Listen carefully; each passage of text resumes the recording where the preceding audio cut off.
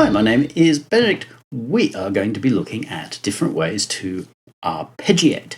Now, we should be accurate first that there is a difference between an arpeggio and a pattern or sequence player. I know the two have turned into one, but calling them the same thing may seem okay, but that's like calling a crocodile a fish. Sooner or later, you end up with a difficulty. So understand there's a little bit of a difference. First, we will start by saying, here's a stunning chord progression. We have a C major going into a, whatever the hell that's called, when you make an A chord. Righteous. We've got a lovely FM pad sound, sounds great, but perhaps lacks a little movement. So enter the Arpeggiator. Let's turn this guy on.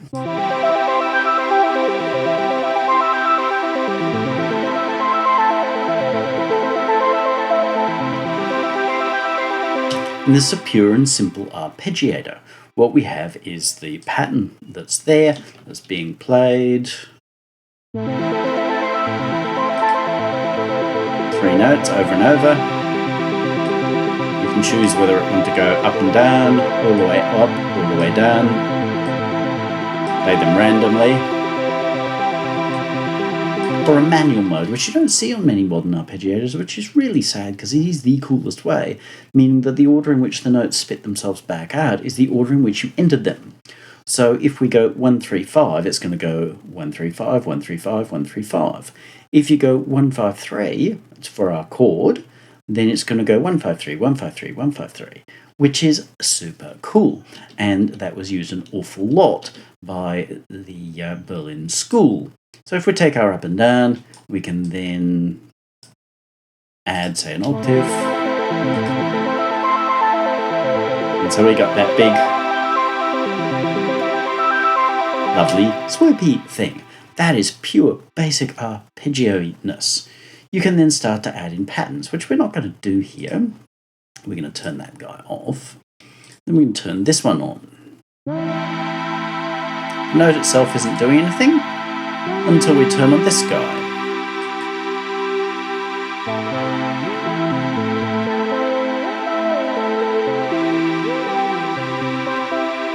That's playing patterns. If we turn that off,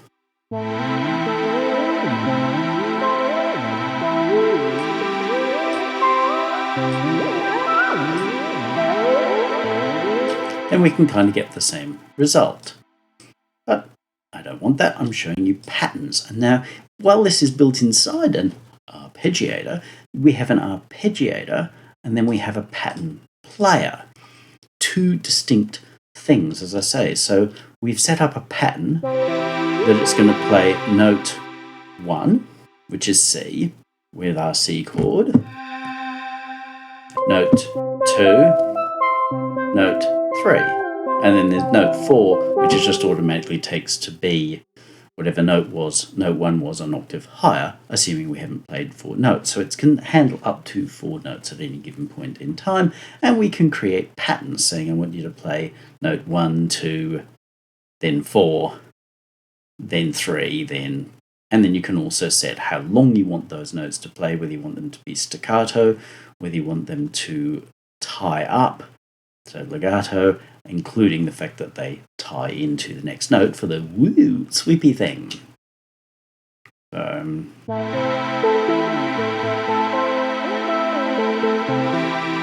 these first two devices are included in Reason, and they are both really nice. There are certain things that the dual arpeggio does. Obviously, we've got stronger pattern control than we do here because this is just basically on or off. But this has the manual mode and a more old-fashioned classic arpeggiator kind of thing. So each has its strengths and weaknesses. Obviously, this one has to be wired in because it drives via CV. Excuse me, it's raining, windows are open. I'm sure you can get over that. Whereas this is one of the players, so it just puts itself into the MIDI stream, RTFM on that one. There's then another more advanced pattern device. Now this one is a third party by Robotic Bean, who I believe may actually be behind the new Arpeggio device. So, not much excitement. Turn this on. It's a pattern setup. It's got its own little MIDI editor inside. It can be quite complex when you get used to controlling it, but then we can do more interesting things. The most obvious one here is ratcheting, where we can take one note and divide it up by X number of slices, and then do various things like changing velocity, changing pitch.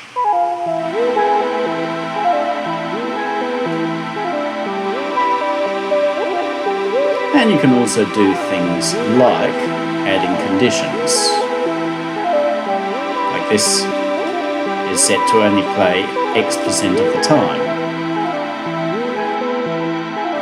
And you notice this one plays once with a new note and then doesn't play again until it gets a new note. So sequence players can start to get quite convoluted. This is cool. You can set up your pattern and then you can have it automatically transpose based on what it's receiving.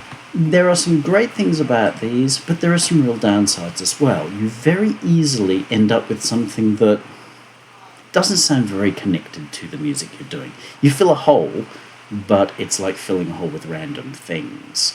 So if your daughter says, I really want Harry Potter toys for my birthday, and you bring her home a bucket of farm animals, there's maybe one Harry Potter thing in there, but 99% of what she's being given is irrelevant to her because she wants Harry Potter, damn it. So you don't get the win you're hoping for. There's another method that can be used, and this is where you get the real power of Arpeggios. We have our original notes, so I'm just going to copy them, because that's largely what we do when we're running an arpeggio. We just say, I'll use those same notes, which is what all of these are. If we open these up, we can now say, let's just make sure we've got all of these in shot. We can now say, okay, I want to turn these all into individual notes. There are a couple of ways of doing it. One would be simply to go do, do, do, do, whoops, and keep copying them out. That's one way to do it. If that frightens you a little, there's another way of doing it. We go to the razor tool, 1, 2, 1, 2, so 1, 2, and we could now just delete all of those and say, okay, I think that's actually too many. Yes, it is.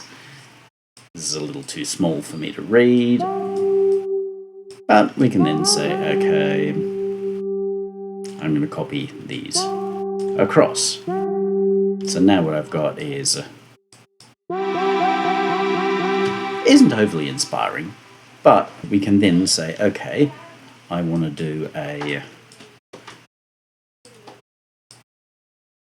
oops, we wanted that one. Takes a couple of goes to get used to doing it. So that's my basic pattern. I can copy that, except we wouldn't be using that one. We'd be doing this. 1, 2, 3, 4. 1, 2, 3, 4.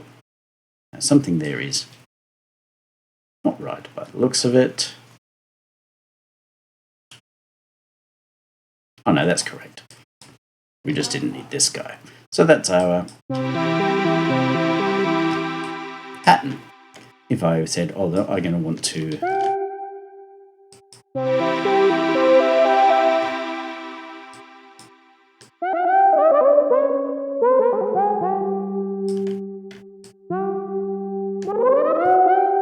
and this is the same as what we would have. And fair enough, plenty of you will be saying, but why don't I just use the machine to do that for me? So much less effort. Yeah, if you're wanting that rigid, mechanical, predictable sort of thing. But what if we wanted to do something a little different?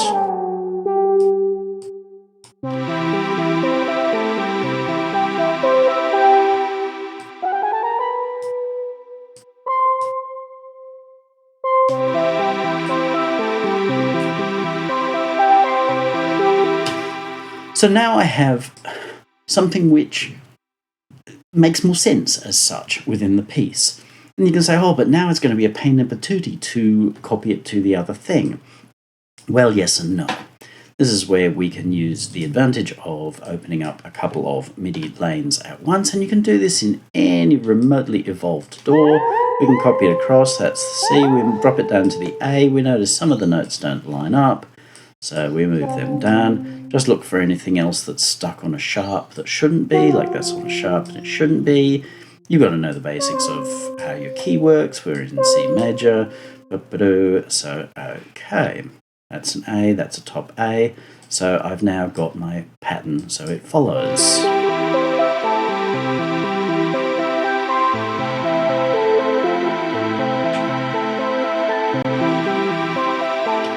Now what say I decide, yeah, look, I want to move that note, just so that there isn't such a big leap.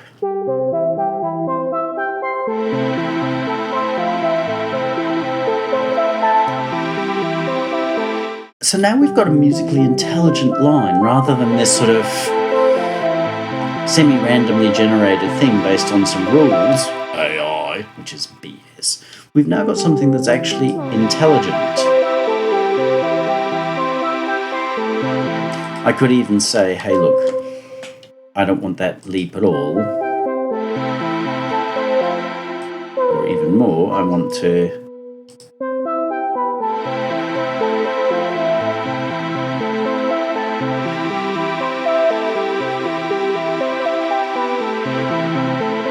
now maybe that's not a good leap.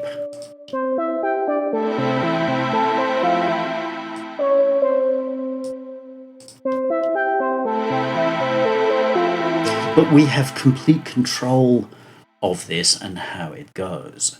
And this is the essence of being a composer rather than just accepting randomness. And yes, I know there's still going to be those people who say, but if you don't have ideas. And I was like, well, if you don't have ideas, you're probably not much of an artist. Very, very blunt about it. You can still get your ideas by doing it this way.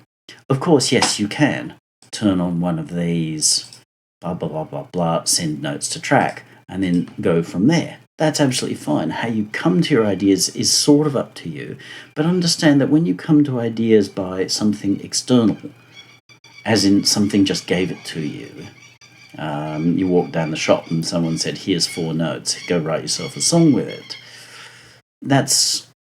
Well, even that is not the same as being handed it by a machine, because at least there was some sort of interaction. When you go home and interact with those 4 notes that was given to you by that guy at the shop, the circumstance, was he a cool guy? Was he a seedy guy? Was it Elton John? Was it Marilyn Manson? Was it Charles Manson? This is going to have some impact on what you write. And that's your job as an artist. And this gives you the most amount of flexibility as to how to make the arpeggios that you add actually add value rather than just adding randomness. And yes, there is a new device from Reason, and people are asking me, oh, Benedict, are you going to get it? What do you think of it? What I think of it is that it's nicely designed for what it is. Which is part of what makes me think, well, maybe it's robotic beam, because I know they've done a lot of these sorts of things. And Reason are very, very good at usability. Its usability is rather clever. The problem for me is that while, yes, it's kind of cool, I don't have it on this machine. I tried it on Jane's Reason Plus and played with it for about an hour. I was like, oh, okay, that's interesting. That's a bit clever. The problem for me is that it's just preset patterns. So you can do some combining 1 plus 3 equals 47, but the thing is 1 plus 3 is always going to equal 47. It's never going to give us the versatility of being able to do this kind of stuff, which is way more complicated. And as for saying, well, you might want to randomly have some notes appear and disappear, well, that's actually surprisingly easy in most sequences.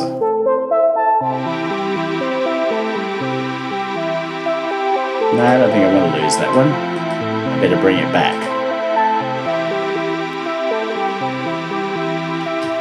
okay, I can't do that semi-randomly. I can't have a doohickey do that. Although I guess I can take my thing here and add a random tool. That's the one. Not random pitch, because that's probably going to be really stupid. Probability. Now every note here has 50% chance of playing. But what have we introduced? Just a kind of stupidity, as like that makes no sense. It sounds broken. And if we were trying to induce brokenness into our piece, fine, but why would you want to do that? The whole idea of being a composer is that you are creating a thing that's yours. So before you sort of go, oh, but that's too hard to do, it's actually really surprisingly easy to do. Chord progression, we can look at this and we can see how they relate to each other. And if you don't know the basics of how to do this, then you really need to learn that. And going, oh, but it's too hard, or oh, it ruins my creativity. No, this never tells me what to do. I can do whatever I like. I can put this on any note. I can put that there. And if that's musically useful, that's great. It's by knowing this.